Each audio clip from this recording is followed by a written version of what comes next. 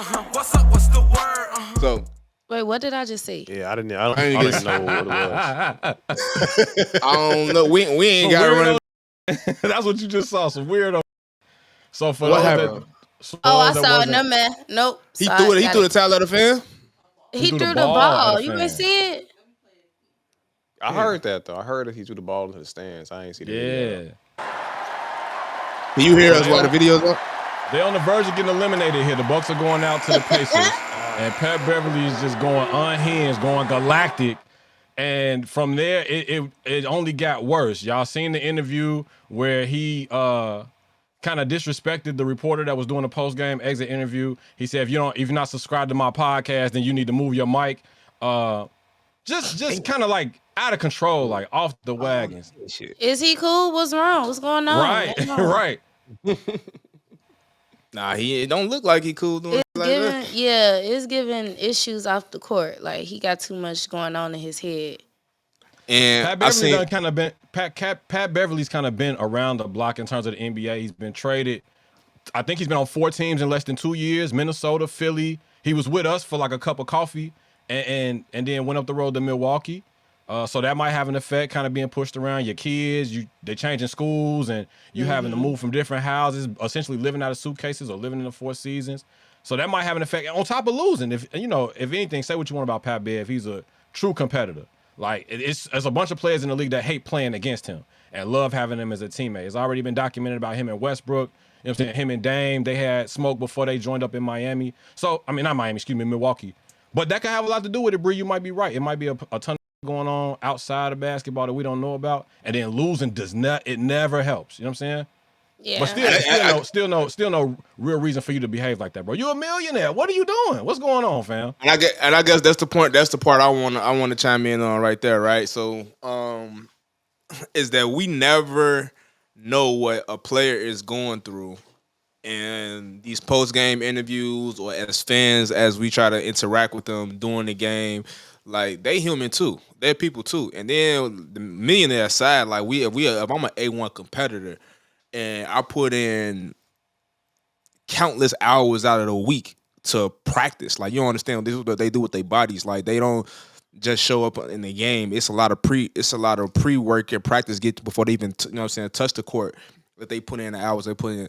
Like don't come bothering me, don't come heckling me just because you paid money for a ticket. Leave me alone. And I just lost. Like I don't care who you are.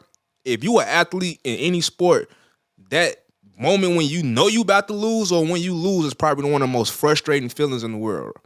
Like it's you just seen Herb come out and say like, "Yo, don't walk up on me taking pictures on me when I'm with my peoples." Like, not for nothing, but I'm not at work, bro. This is not I'm not a 24/7 open book. So just piggybacking off of your point, you're right, bro. You wouldn't want somebody doing that to you. Imagine being in the airport and oh, what's the word, Cody? Oh, gee, let me get a picture. Oh, can you sign this? Oh, you know what I'm saying? I'm gonna say the easiest comparison to that is when I'm out and somebody want to come up to me and try to play their music on their iPhone or something. Don't nobody do that to you no more. Bong. Exactly. Like, yo, straight bullet. She ain't even got 2 hands today and she's still killing you, bro. What's up, G? No, I'm chilling. Don't get Cody started because I just know how to like go. I don't know how to finish. Cody not gonna stop and it's gonna piss me off. Yeah, I'll be really heating brief for like 2 weeks. I'm done. I'm waiting on the Titanic jokes to come week in, week out, bro, because you can't swim. Nah, but we gotta keep it cute. I feel that like don't come bothering me when I'm chilling, when I'm on a date, I'm out with my I don't like that. So, but in the sports arena, I feel like fans feel like because they pay your salary and they paying the tickets to come watch you and it's like all that type of stuff, they feel like they have that type of access to you to do certain things as fans, and same thing as reporters. Like I don't know what the grief he had with the young lady. As far as saying subscribe to my podcast, don't talk to me. Was it anything else that was more disrespectful? Did he say anything else? Because I feel like that's telling somebody you ain't subscribe to my podcast, don't talk to me. He probably just wants to promote his podcast. Ain't disrespectful to me. That's what it So sounds Chris, like. I'm gonna just throw the flight to you or anybody else. Do y'all know anything else that he said that was more disrespectful? I mean, that was the gist of it. But the thing about it is, just like you said, the fans kind of feel entitled because they pay tickets that ultimately pay the player's salary. These licensing deals that these ESPNs and Turner Sports pay into, the negotiated access to these players is part of that. Like, bro, you signed, if you're gonna take this money from us, we need some access from you. So that's what a lot of it was back in the day when people had issues with Greg Popovich, the coach of the Spurs, when they would go for an interview and he'd give you a one-word answer, or he dry with it. It's like, bro, we paying for access to talk to you. You know this, we know this. So for him to say like, yeah, bag back if you ain't subscribed to my podcast. First of all, promoting anything outside of the NBA, if it's not a partnership, is frowned upon. LaMelo Ball had to cover up his tattoo because he was trying to advertise his clothing line and his brand, right? When D'Angelo Russell was trying to advertise his sport drink that he has a partnership with in post-game interviews, they came right up there and smacked that out the way and put a Gatorade right next to him. So it's very much a machine when it comes to the NBA. They have to be very conservative and they have to be very careful with how they kind of move and dip and dabble with partnering with folks.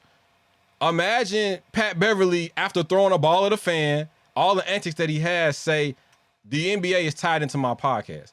A lot of people will be like, nah, bro, we ain't got nothing to do with that. And all of this is captured on camera. I work with Melinda Williams. I'm going to be with her this weekend. The NBA draft lottery is in Chicago. The NBA combine and the G League camp is in Chicago as well. She's a highly decorated, highly respected member of the media. That's just like something you don't do. You know what I'm saying? That's like going up to Tone show and throwing a ball at him or disrespecting him like he's an institution in Chicago, or walking up and smacking Charlamagne or talking crazy to Funk Flex up at High 97. Like, that's just something that you don't do, especially when you're in coordination when the NBA pays your salary, bro. Everybody works together. It's supposed to be a same team deal, but I get it. Like, that edge is hard to turn off when you're a competitor. You see Westbrook get into it with fans all the time. Like, we love his play, but we hate the interactions. And sometimes it's antagonized, sometimes it's not. But you as a professional got to know the difference between when somebody's trying to get in your pocket and when somebody's just trying to get on the scene. You know what I'm saying? Like, people gonna do anything for attention. People do anything for clout. And if they give you the bait and you take it, whose fault is it? Yours or mine? Yeah, that's what it was given. He just wanted to get a little quick promo in for his podcast, because I know even with us like interviewers and media personalities, it irritates the out of me when I have to pull teeth just to get somebody to talk to me. 1,000,000%. Like, you don't gotta be here. You can go home. You don't have to come talk to me. But if you're gonna come and sit down and talk, and you see there's a mic in front of you, I need you to talk. And That's for what the people want to know. And for what it's worth, ESPN. And for what it's worth, real yes, quick. that's a part of your job. I was gonna say, and for what it's worth, real quick though, ESPN said they don't, at this point, they're not really dealing with Pat Bev. He's been on the airwaves. He's been an analyst. He's come on as, guest appearance, because a lot of these players are following suit. When they retire, they want to take it to the media. They want to be on TV, or even like All the Smoke. They kind of went independent. But he's been on First Take. He's been on NBA Today. And now they're saying, like, bro, because of your antics and because of how you acted, we not fooling with you, shorty. Like, it's closed kitchen over here. So it's an unfortunate situation. On top of you losing, you kind of going home for the summer. That's the long lasting impression. That's the last thing we remember about you. So if you competing for a job next year, it's not even just what you can do on the court. It's like, can we tolerate you and your for 82 games? Because that's what we pay for as well. And if we can't tolerate it, bro, if y'all know Pat Bev's pedigree, he was overseas for I don't know how long before he got a chance at the league. He walked around and just did something that had nothing to do with basketball that's going to put him out the league. You kind of just my follow up to you was gonna be, do you think he can bounce back? But you kind of just answered that his bounce back it can be a tough situation, him coming back and playing for a team. Do you think Pat Bev even wanted, like, knowing what you know about Pat Bev, knowing what Pat Bev from? You think he even has that in him? He like, all right, cool, we gone. He marched to the beat of his own drum, bro. I wouldn't say that, because Pat Bev is a hooper. And he's a natural born hooper, and that is in his DNA. So I can't see him when he still has stuff left in the tank to be like, yo, no, I'm not gonna hoop no more. So no, I wouldn't say that. I can say where certain teams, I do see why certain teams would feel like, no, I don't want that type of player around. But in the same breath, everywhere Pat Bev has went, you can see the direct positive impact on his team. He's a culture changer for sure. He's a dog. He's a dog, and he's a leader, and he holds people accountable. So by the fact he holds people accountable, like, that brings the best out of the player. So I do think it might be a chance for him to get a job somewhere. I could think of a number of teams that could have used him and that could probably still use him. I just was. I think it just hit home because it's Pat Bev and he's from the crib, and that's not his character, right? Like he's a good guy. I can see him as an assistant coach or a head coach, even at some point in the NBA. I can also see him getting thrown out of a game because he's getting into it with a player or getting into it with a fan as an assistant coach or a head coach. He just got to have an on-off switch. You got to have some conscience about yourself. And fans got to leave people. Fans got to leave people alone. Like that too. Hey. What's up? What's the word?